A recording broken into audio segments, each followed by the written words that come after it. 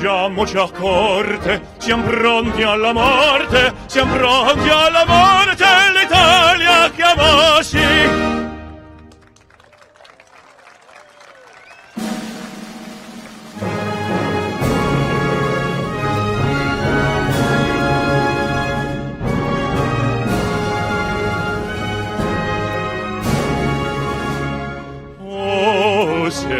Can you see by the dawn's early light what so proudly we hailed at the twilight's last gleaming, whose broad stripes and bright stars through the perilous fight o'er the rampart we watch were so gallantly streaming, and the rockets regular, the bombs bursting in air, gave proof through the night that our flag was still there.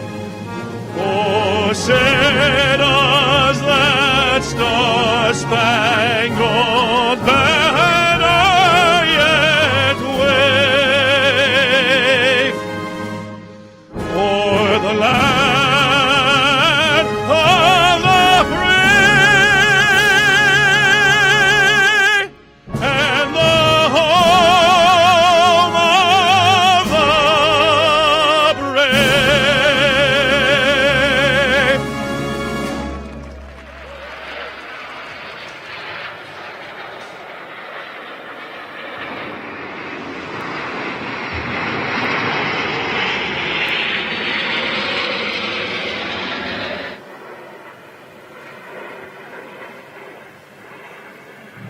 Wow, what an opener that was. Once again, I'm delighted to welcome alongside me all weekend long Tony Villander. Here we are, Laguna Seca. This is a special place, Fred. Yeah, first of all, thanks, Dave, for extending my tryout contract after Austin. So I'm back here with you. I'm happy to be here. Laguna Seca, one of my favorite tracks. It is very tough track for the drivers. You need to keep the car exactly on the right racing line. A lot of dust, a lot of dirt coming when cars go off track to the racing line, and it's very difficult. They resurfaced the track. The lap times did improve a lot, but it's still hard on tires as well. So those Pirelli tires will be the key to success this weekend. Now, of course, this is a Ferrari Racing Days event, and Tony, that means not only the Ferrari Challenge, but some very special cars out on track. Yeah, I mean, to the different garage boxes to ask, can I drive that Formula 1 car? Can I drive that 499B Modificata? So some special cars in the Ferrari's history, but also present. So great weekend to experience. Yes, and it's one of those weekends where you get to see all these wonderful machinery, including part of the Ferrari Racing Days. I've got to mention the XX programs, Tony. They're like a laboratory car from Maranello. Yeah, that is true. There's a lot of technology. They have a great history with these racing days. So 3 different models and over 1,000 horsepower. And the sound is something incredible. Yeah, it is very much that. Ferrari Racing Days here at Laguna Seca. It's not only Tony and myself that, of course, will be bringing you the action over the weekend, but we're also joined by Shay Adams. Welcome to the grid, where all the excitement is taking place as we have an air show going on, as you can tell by the music in the background. But the true athletes are the ones who are about to get behind the wheel and get this party started. Now, I wanted to start with a very special car, because the last time we raced here at Laguna Seca was 2020.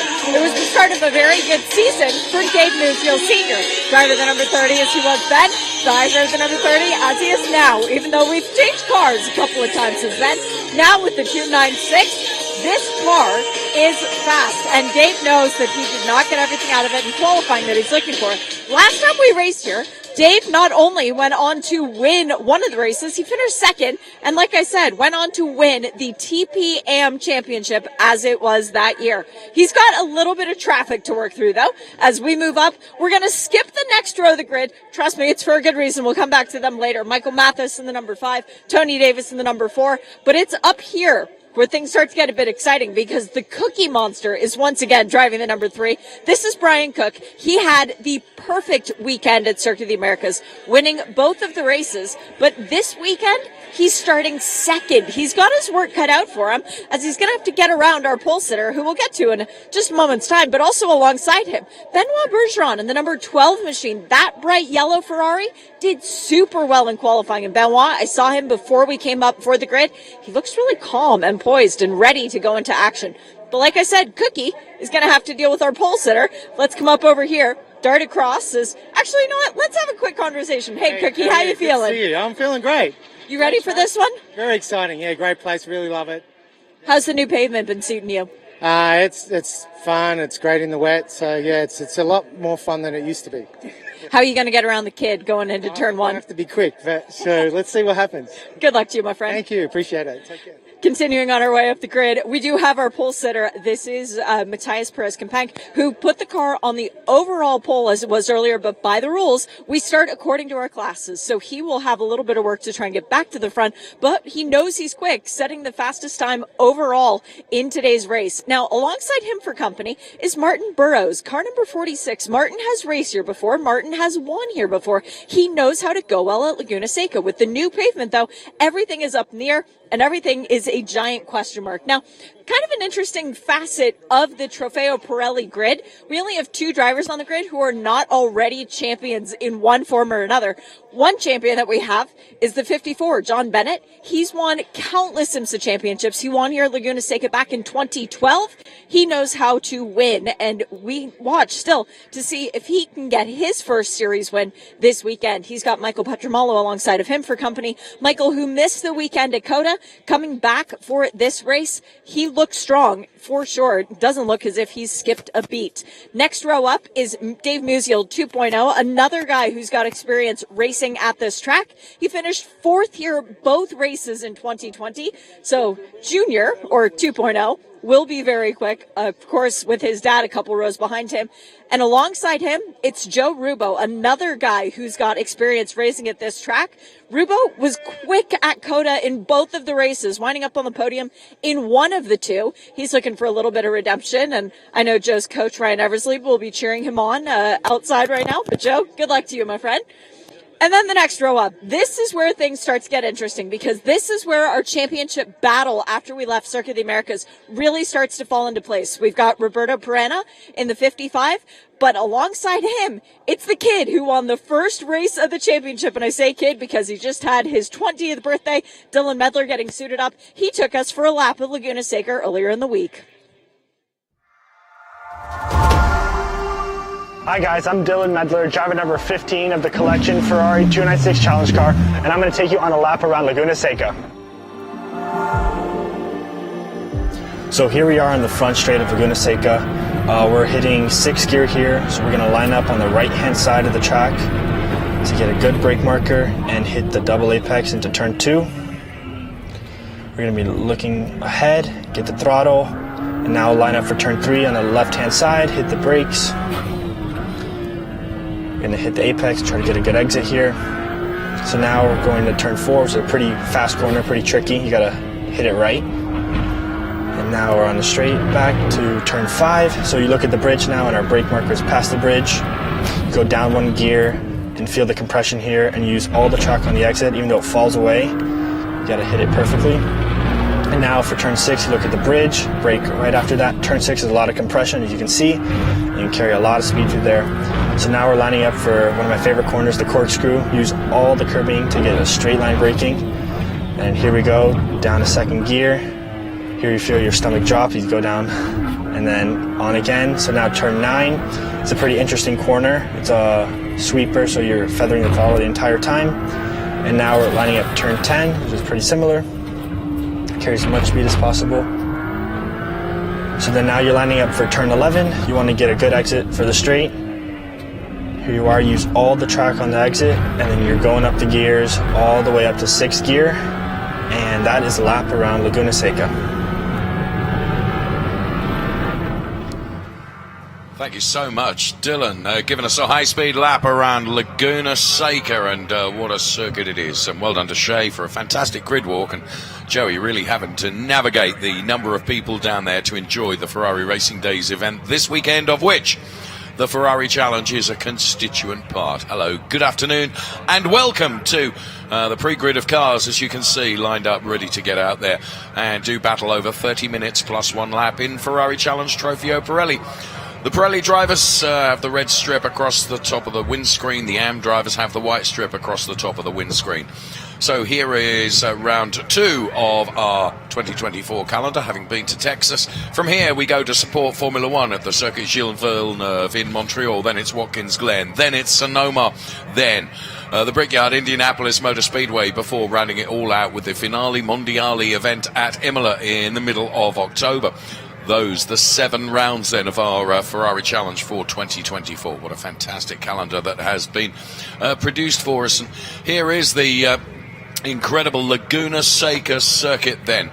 As you can see, the turns that wind their way through this Californian landscape here.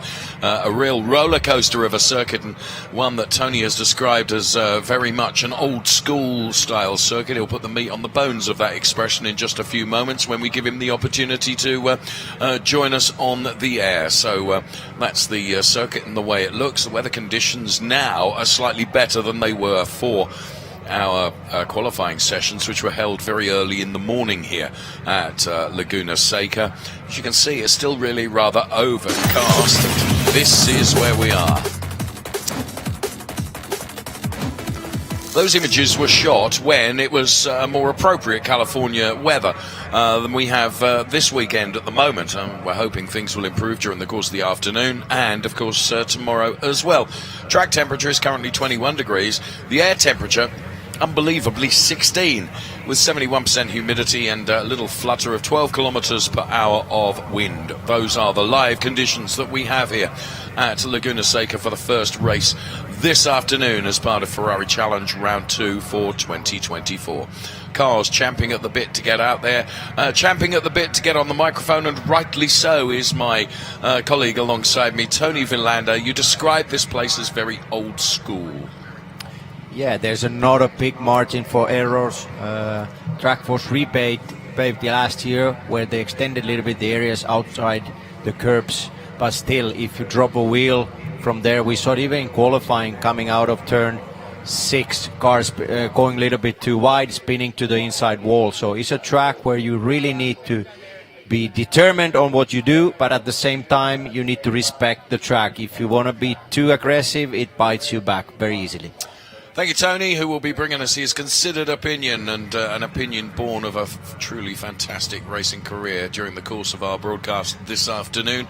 We were looking very briefly at the Ferrari of Michael Mathis, who is one of our Pirelli AM drivers. He's going from what is effectively the second row of the Pirelli AM group, because the cars are grouped together in their respective classes. Pirelli and Pirelli AM. So the opening round in Texas at the Circuit of the Americas certainly did not disappoint. It was a brilliant round. Let's take a look at what happened there.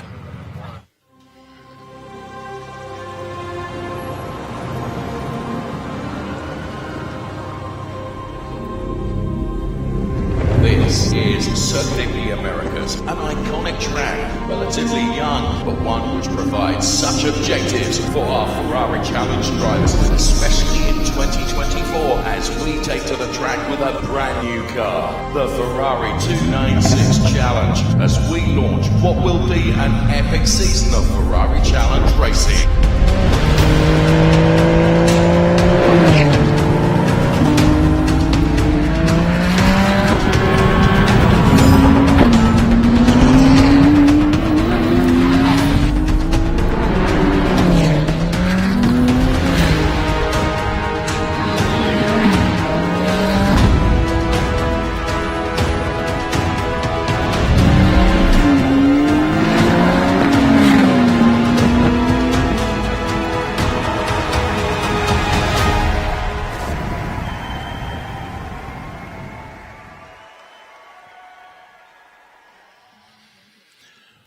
That was an opener for 2024. And there you can see the corkscrew in all its glory. Tony and myself, we were up there yesterday and we were just loving being up there. And you're someone that has admitted in our qualifying show, and I'm going to repeat it now, you're not someone that does track walks. However, you enjoyed being there, walking. Yeah, let's say I come from the era where track walk was not part of the fashion. Onboard laps didn't exist, so we went out with the race cars and we learned the tracks with the race cars. But yes, it was great to be up there here in this area of the corkscrew, and actually live outside the elevation looks even scarier than inside the race car. So it was a great place to be, and obviously a worldwide known corner, as is the whole racetrack, but partly and mostly the corkscrew. Everybody knows when you mention corkscrew, you're in Laguna Seca. Absolutely, yes, you're right. It is the focal point that makes this place absolutely iconic. And we're delighted to be here for round 2 for 2024 Ferrari Challenger. Huge grid of cars. Our Pirelli and Pirelli AM drivers. And from our qualifying earlier on, which was in really difficult conditions, relatively, Jason McCarthy it was that put it on pole position for our Pirelli drivers. It was Matthias Kompank that did it in for our Pirelli AM drivers. And great job done by both of those drivers. And down there in the hot seat, as always, in pit lane, here's Shea Adam. I wish it was hot, Dave. Unfortunately, it is still overcast and a little bit chilly, but that's all right. The car's now having a little bit of heat in them, and one of the cars we're going to have to watch is the one that has the fireworks on the side of it. That belongs to Tony Davis. Tony did not have the best start to the season at Circuit of the Americas, but the 2022 Copa Shell AM champion looking to rebound. We got to know him a little bit better earlier this week.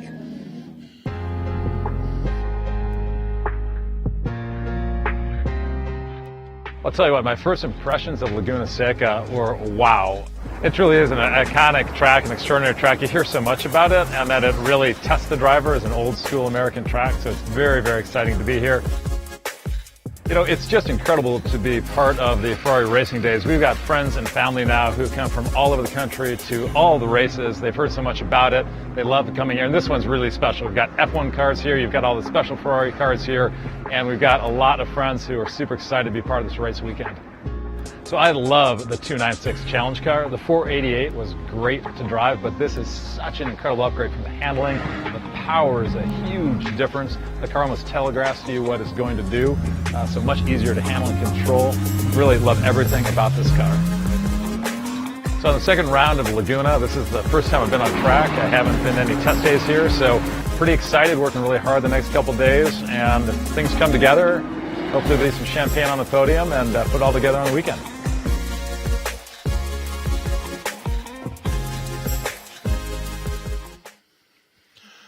Thank you, Tony Davis. Let's go back down to the grid then for those all-important words right now. Okay, you ready? Drivers, start your Ferrari engine. Thank you very much. So, the big boss of Ferrari North America, Mr. Matteo Torre, then inviting the drivers to start their engines. This is when the adrenaline starts to pump inside the car, let alone in our commentary studio, Tony, because we're pretty excited enough for it too. Yeah, exactly. The track temperature is the key now. 20 Celsius. You need to build up the temperatures on brakes, brakes that then give the heat to the wheel, and then from the wheel to the tire. And that is the key for the opening lap. Kink, you go flat out to turn 1, but that turn 2. And at the hairpin, that's where the things get exciting. Do you have the braking capacity? Do you have the grip for the tires? And then the possibility for the contacts. The key element of the race, turn 2 at the start. Thank you, Tony. That's what we're going to keep our eyes on then. Turn 2 then, as the cars then, of course, have done their reconnaissance laps, but have come back and in the pit lane before those words. So articulated by Mr. Matteo Torre before we get out and into racing proper then. So behind the Richard Mills safety car, of course, the car's always in the Ferrari Challenge. It is a rolling start. This is the formal formation lap. What a shot that is. I absolutely love these 296 cars going side by side to our left and to our right. Hold on to everything because we are about to go racing.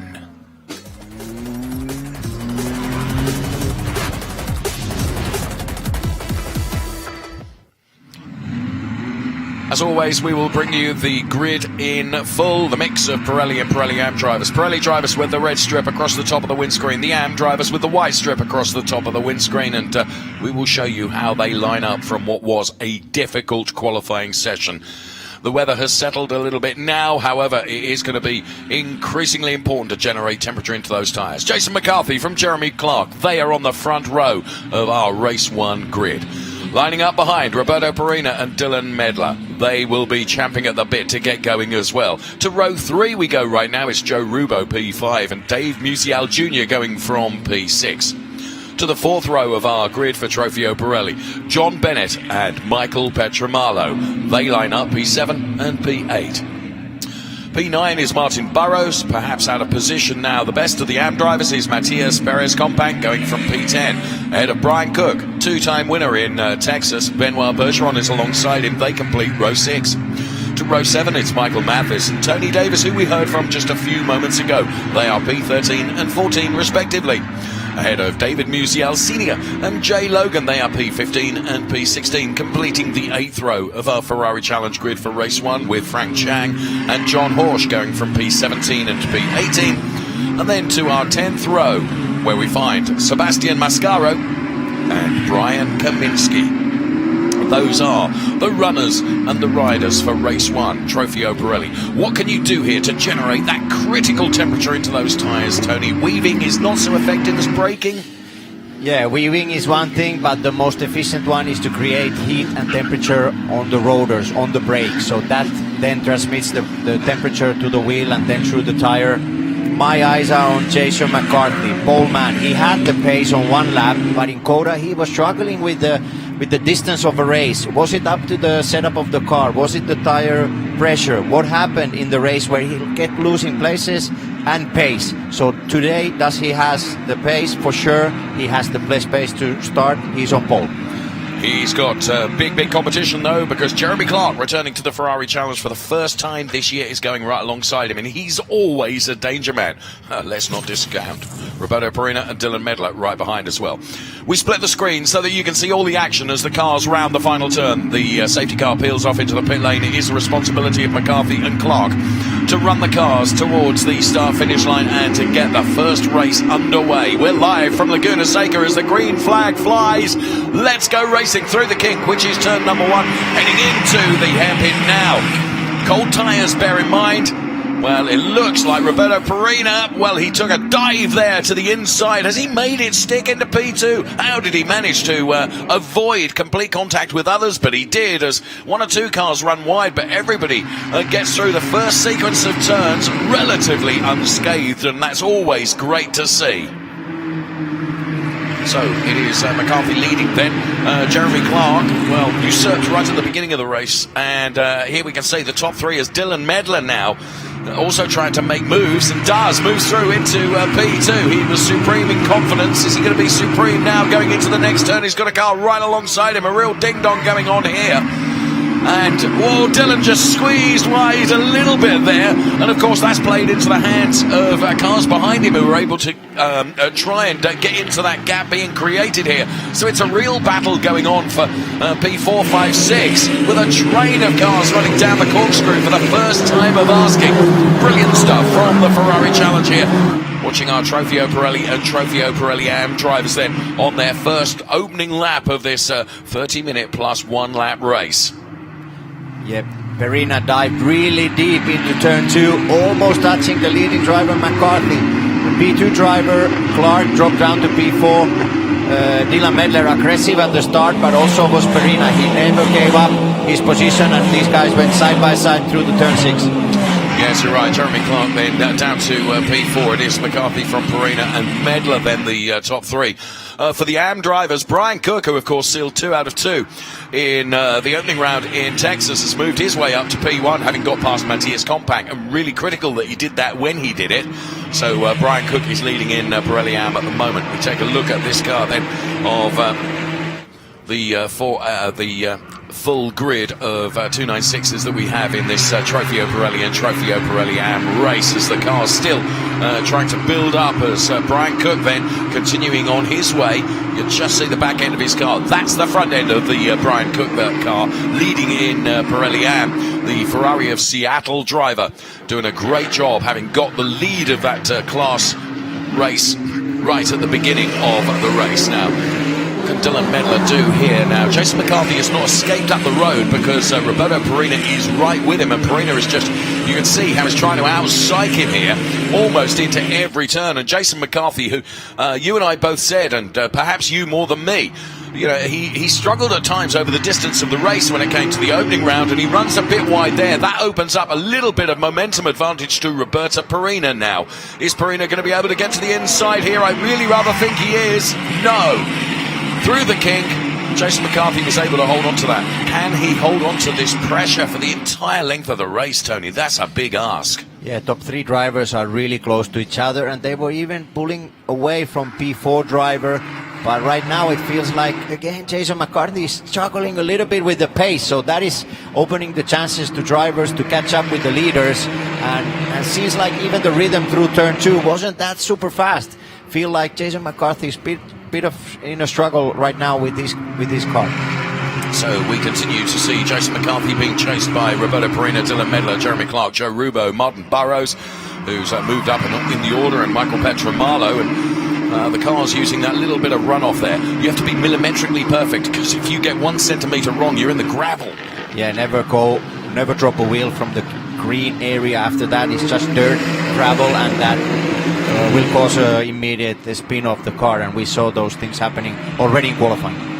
So that's one to bear in mind, that your steering input has got to be absolutely so precise. Well, to be fair to Jason McCarthy, the wide world Ferrari driver, despite the enormous pressure he's under from Roberto Perina and also Dylan Medler, is holding it his own at the moment. Let's see how he does now as we put another lap in the book through this kink, which is turn number 1, taken full chat flat, but then it's into this critical hairpin, isn't it? As a round has gone, Roberto Perina, I'm sure that is. Whoa, what a moment. I was just going through the lap times and suddenly saw smoke and a spinning car, and yeah, what a moment, and what a save as well. Hope I've called that correctly. I'm pretty sure it was Perina. So let's see in replay here. So presumably, he just got offline. Yeah, he got off line probably, and he went on brakes while the car was still turning to left, and maybe he just misjudged a bit. He was so close at the leading driver McCarthy, and maybe that is what upset him and his car in the braking, and what a scary moment. Yeah, he did well to save that, and brilliant job by a load of other drivers in avoidance, as they having to avoid again, as this is not for the first time we've seen a car go out there. And you can see that now. Keep your foot in and try and get it back out onto the tarmac, because you don't want the car to dig in. And, very, very good job done there by Martin Burrows in terms of getting that car back out, pointing in the right direction again. And again, it looked like Martin was on his own. There was no assist there.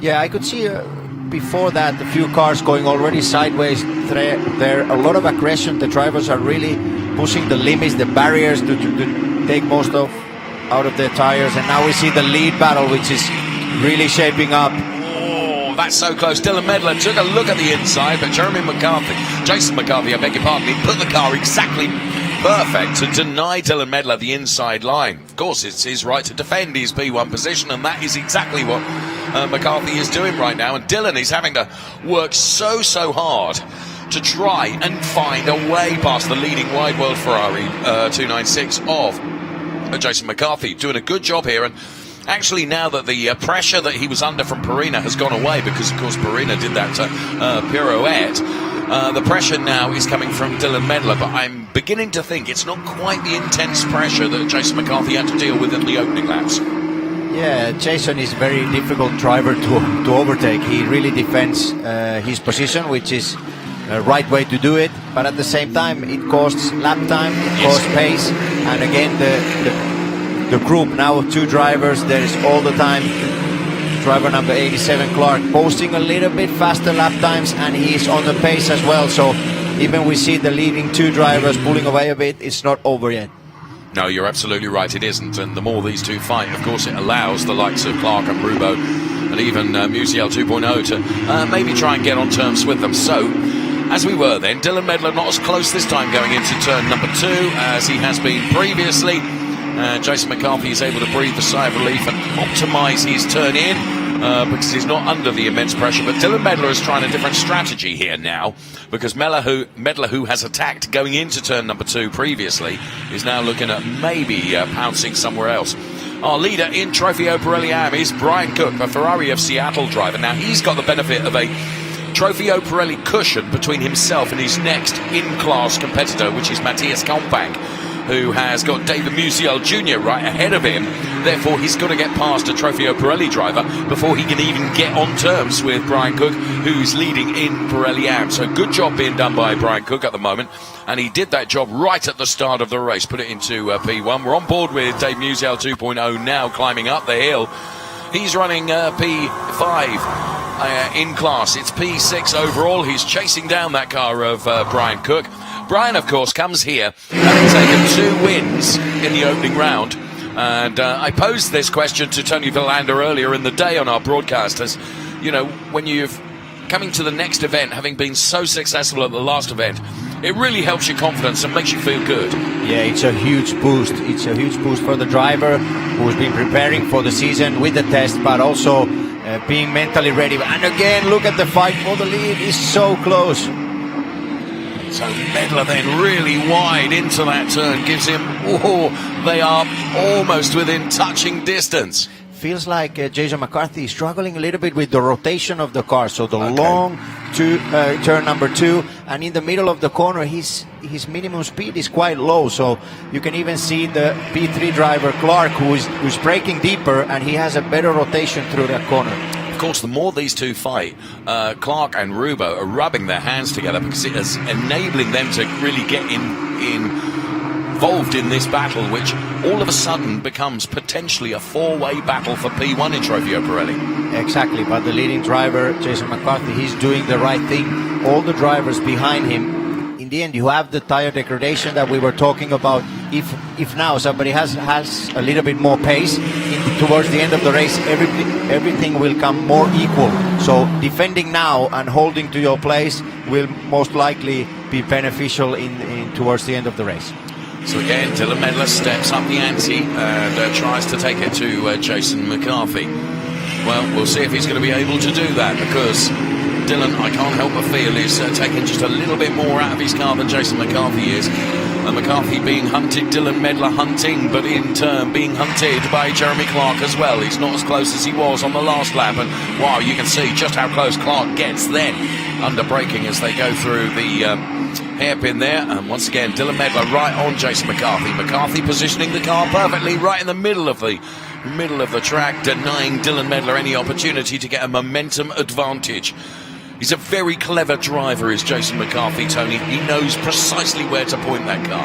Yeah, these sprint races, 30-minute races, they are all about track position, so you cannot lose a place. And he is holding to that lead of the race. And Dylan Medler, yes, he has challenged McCarthy, but not really side by side yet. No. Not really been able to challenge under a braking area, so it will be exciting last 20 minutes of the race.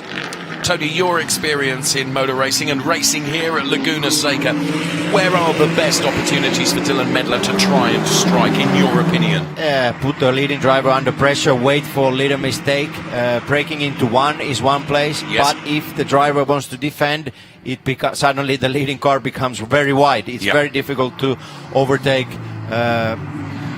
Overall, just put the driver under pressure and wait for a little mistake in braking or rotation in the middle of the corner, or even in the picking up the throttle, and just continuous pressure, and some opportunities will arrive for sure. Okay, we ride on board right now and see what it's like from a driver's eyes perspective. We're on board with Dave Musial 2.0 then, who is running P5 in class. Of course, he has got Matthias Kompang right up his trumpet, because Kompang wants to get past 2.0 here and get on terms with Brian Cook, who we can see through the windshield of this 296. Brian Cook leading in Pirelli Am. His next competitor, Matthias Kompang, is actually behind the car that we ride on board with right now. So, good avoidance there. These racing drivers are absolutely on their mettle, Tony. Who was that went around? It's got to be one of the leading pack. One of the leading drivers, because it was in front of New Zealand Junior. So yes. So who was it? Well, there's Musial 2.0. There, right behind him, then, is Matthias Kompang. As they ride this roller coaster that is the corkscrew. Of course, you can see in there Roberto Perina, who is having to come back, having gone around earlier on as he pirouetted going into turn number 2. So who have we lost here? I rather think it's Joe Rubo. So for the Ferrari of Long Island driver went around. So all of a sudden it's a three-way fight for P1, which Jason McCarthy is defending. He goes wide and then sweeps in, denies Dylan Medler any opportunity. Oh, but Medler gets really close now. yeah, it seems like Medler is able to run a way tighter line through turn 2, and he's been several occasions almost running into bumper of McCarthy because his rotation is not at the same level.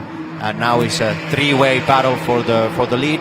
But also a different to Austin, Coda, is now the drivers are asking more from the race car. We see more errors from drivers in this race 1 already than almost we saw the whole weekend of Coda. That's a very fair point. Just looking at the McCarthy and the Medler cars, which appear to be different in terms of how they sit on the track and where drivers are really pushing them. Is it possible that they've got different setups across both of those cars, so that McCarthy's setup has been for one specific reason and Medler's setup is for a different reason, Tony? Yeah, for sure. These teams work really intensively to try to find the best out of the race car. And you can see some areas of the track, leading car McCarthy is pulling away a little bit, but one key place is breaking into that turn 2 Andretti hairpin, where the P2 and P3 drivers, they seem to be stronger. So it's definitely different character on the race car. I would like to be in Dylan Medler's car at this moment because really the balance looked really good. But on the other hand, it looks very difficult to overtake McCarthy, so it's better for me to stay here in the commentary. Right, now we can see Jason McCarthy continuing to hold off, but in the meantime there's this little battle that's going on between John Bennett and of course the returning Roberto Perina, who's really kicking up the dust now. Perina, who completely on his own going into that hairpin, pirouetted around, and of course he's now trying to make up places, and right in front of him is John Bennett. Now they're in the same class, so John Bennett is certainly not going to let him go by. Roberto Perina is going to have to really fight to make his P6 into P5 by getting past John Bennett. So it's P7 and P8 overall, but in class is P5 and P6. Meantime, Dave Musial Jr. then continuing to attract the attention of Matthias Kompang behind. We've got a full course yellow, Tony. Oh, let's see what's the reason for that. We saw drivers spinning, but there's nothing really we saw. At least I didn't spot anything on the racetrack right now. And there you can see the confirmation of the full course yellow, which has been brought out, and we're going through all our cameras. The Richard Mills safety car standing by to pick the cars up here now. It is benefiting, and this is always the case when you get this scenario, it benefits some drivers and really, really annoys other drivers who, of course, have built margins. But this will be the opportunity for a small reset, I guess. Yeah, let's just on a theoretical way, if Jason McCarthy was struggling a little bit with the higher tire pressure, this will help him to settle down with the pressures. But if we see the leading 3 drivers, their pace was identical because the controlling driver's pace is low 24s. Behind, there's drivers even lapping almost half a second quicker. So it will be a very exciting end to the race to see that if McCarthy's defense and their, let's say, little bit defensive driving is enough to secure him the win, or can Dylan Medler find the way to overtake him? Through a spirit of analysis and delineation of all the things that we have, we're wondering, is John Horsch. Just as I was saying it, that is the reason. We were saying that John Horsch is the one that seems to be missing. He's out of the car. He's perfectly okay. Big thumbs up. John Horsch is a brilliant driver and a great character in the Ferrari Challenge, and looks like he might have made contact with the barriers at the back end of the car, I would say, Tony. Yeah, it looked like it. Hopefully we get a replay. Didn't I didn't spot straight away which part of the racetrack this was, but the most important thing, thumbs up, and the driver is okay. So we're on board with Dave Musial Jr. then for Ferrari of Lake Forest. He is currently running P4 in class. That's P5 overall. Right ahead of him is Brian Cook, who is leader of Trofeo Pirelli Am at the moment, running P4 in the race overall. It is McCarthy, Medler and Clark who are the top three in Trofeo Pirelli, the cars with the red strip across the top of the windscreen.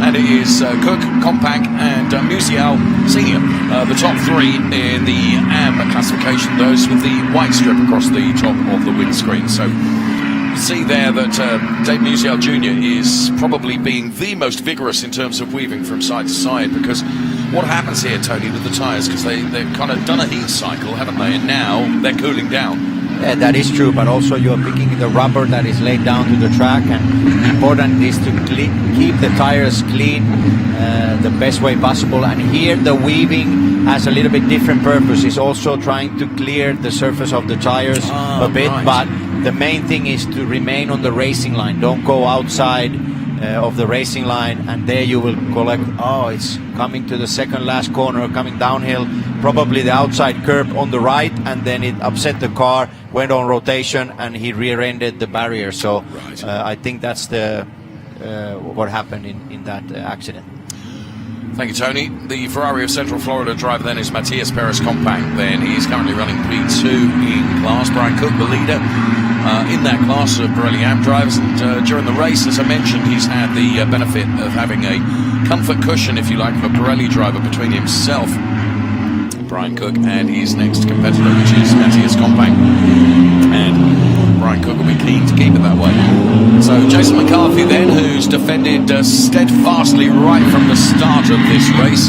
Here is Dave Musial, then the Ferrari of Lake Forest driver. He is father of Dave Musial 2.0. I was talking to David Musial at lunchtime and saying what an absolute honour it is to be able to race with his son. Okay, they're not in the same class in terms of categorisation, but he says it's an absolute thrill for me, and actually I want much more for 2.0 than I want for myself. I'm more interested in his race than mine almost. That being said, Dave Musial knows how to pedal a Ferrari Challenge car. You can see the progression on the left-hand side of your screen, and I made mention of the fact that Brian Cook had a blistering start. He has moved up some 7 places, and this man, David Musial, has moved up 6 places. So there's lots of action that has been going on during the course of the Ferrari Challenge Trofeo Pirelli race. On the clock, we've got 10 1/4 minutes plus 1 lap to go. And we are under the control of the safety car at the moment, this full course yellow. There is our Pirelli Am leader, Brian Cook, for Ferrari of Seattle. How he would love to make it 3 wins out of 3 starts, and he's in the perfect place to be able to secure that record. And here is Jason McCarthy. I've been watching, Tony, and listening to what you say, as I always do. The lines and the way that Jason drives in comparison to Dylan Medler and Jeremy Clark, and also Roberto Perina, who they were all behind him at one point. Very, very different. Very different, which is what led me to that question as to whether they'd set that McCarthy car up slightly differently. But a lot is down to driver preference. Yeah. There is test days where you fine-tune the setup, and each individual team, each driver, they have their preference.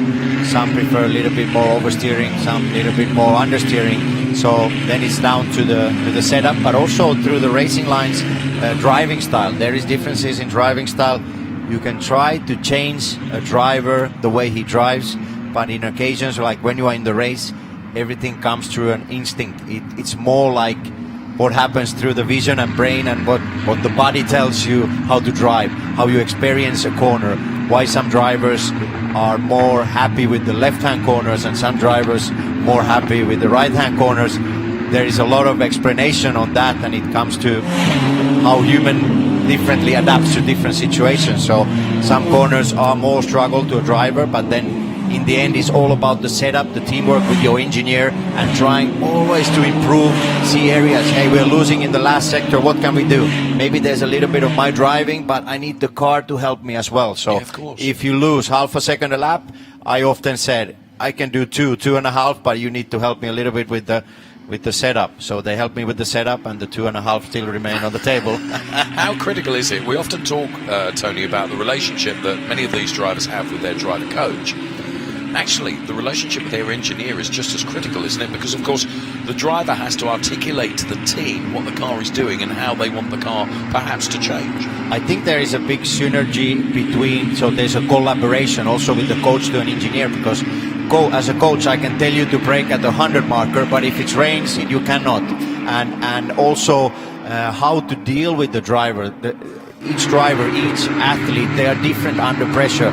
Some need a little bit more motivation, some need to calm down a bit. Yes. And you can then see through the lap time, through the mistakes he's done in the past, how a driver reacts in different circumstances. And this is the teamwork that then in the end brings the right result. You were mentioning that the lap times across the top 3 drivers are in the very, very low 24s. I mean, there's literally tenths between the top 3 drivers. 3, if not 4 of the drivers behind, maybe about 5 or 6. Their best lap times have been quicker than the drivers that are in front at the moment. So the pace is there, and we're about to lose this full course yellow. It's going to be a dash for cash, Tony, because there's 6 3/4 minutes remaining, plus 1 lap as we go back to racing. Is this a gift, potentially, to Dylan Medler as we get this race back underway once again, and the cars head through that kink, which is turn number 1, full chat flat, then into this hairpin.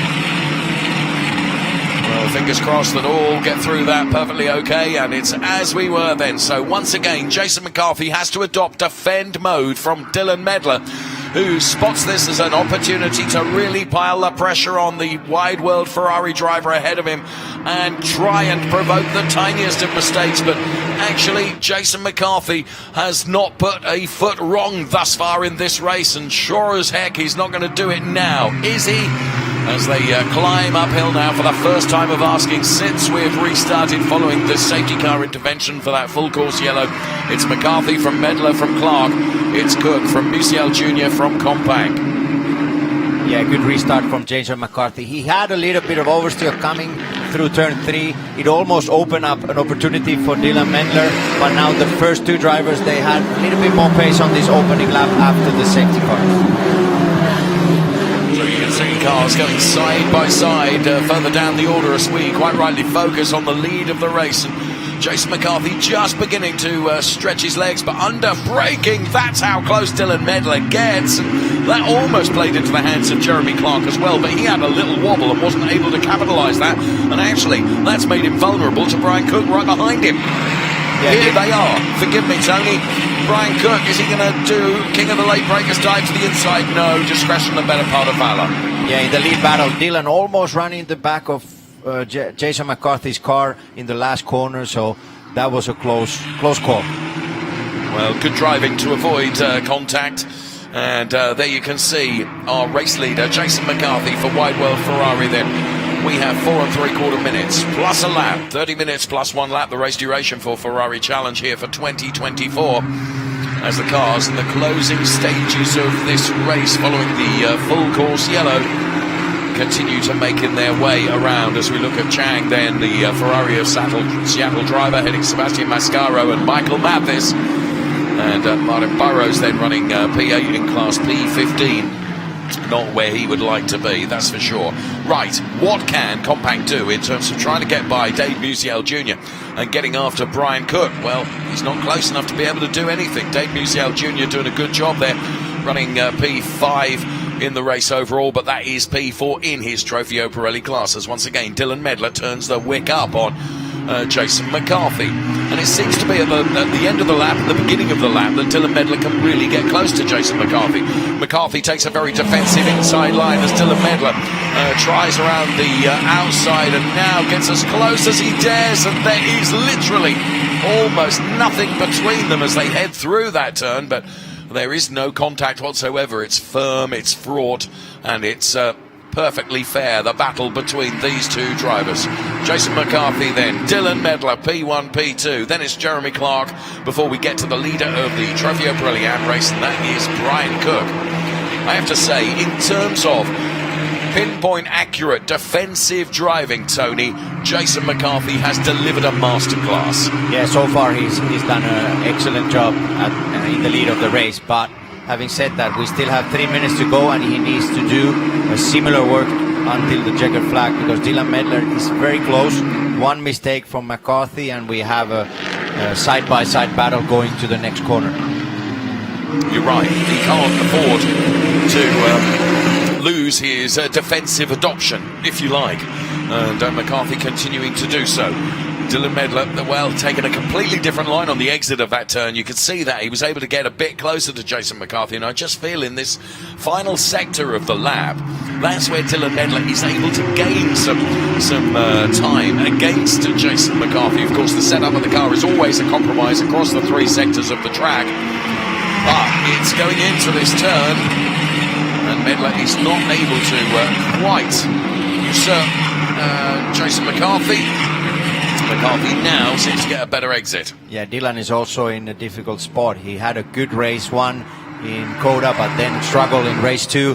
He doesn't want any contact, or let's say he wants to finish this race in a good spot for that championship point. So it will be a mixture. Do I challenge McCarthy for the lead with a over-optimistic move, or am I happy with this P2? So a lot of decisions on this, let's say, last 2 or 3 laps.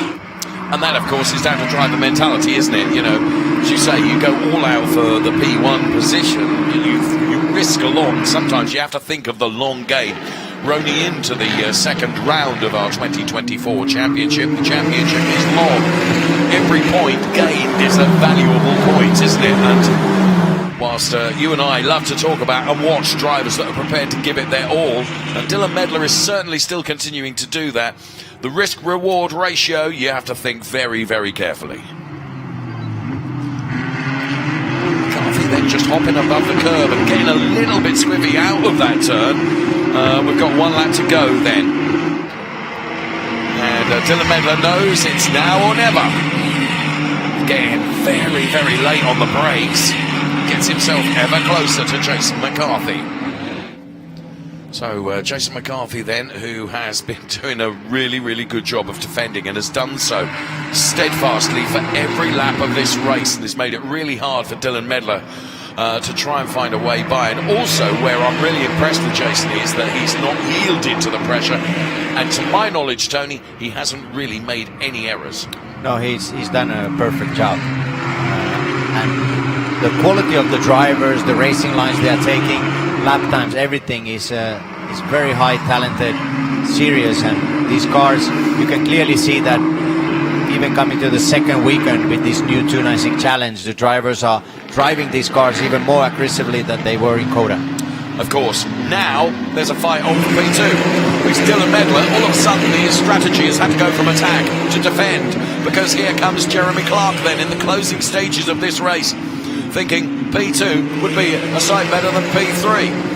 As Jason McCarthy accelerates out of the turn then, so McCarthy brakes it, gets the car turned in, and heads towards the gantry there where he can see the checkered flag unfurled and waved as Jason McCarthy crosses the line and wins the Trofeo Pirelli race. Brian Cook does make it 3 out of 3. This is his 3rd victory on the bounce in Pirelli AM. And Matthias Compank, for some reason, dropped down the order because Dave Musial takes 2nd. Tony Davis takes P3 in Pirelli AM. So, don't know what happened to Compank. We seem to have lost him from our screen. He's dropping down the order, so something happened there, Tony. Yeah, something happens to Matthias Perez Compank, who was in P2 in Pro-Am until the last lap, and something happened to him. Car number 50 is now down in the order. Yes. Oh, what a great shame. So, well done to, I have to be honest, I'm real. This is what happened to Matthias Perez Compank, we're being told. Here we can see it, Tony. So, just... Oh, there's something wrong. Something is wrong in the car. Something with the rear toe or something. The car was pulling really awkwardly. So maybe a technical issue, and he overshot the last corner, and then on the straight line, suddenly the car was pulling a little bit. It looked a little bit that something was off. Well done to Jason McCarthy. Well done to Dylan Medler for taking it to him for virtually the entire race. But really, really impressed with Jason McCarthy for defending so steadfastly and not yielding to the pressure that he had during the course of the race. I think credit to all the drivers, Tony, because good job done there.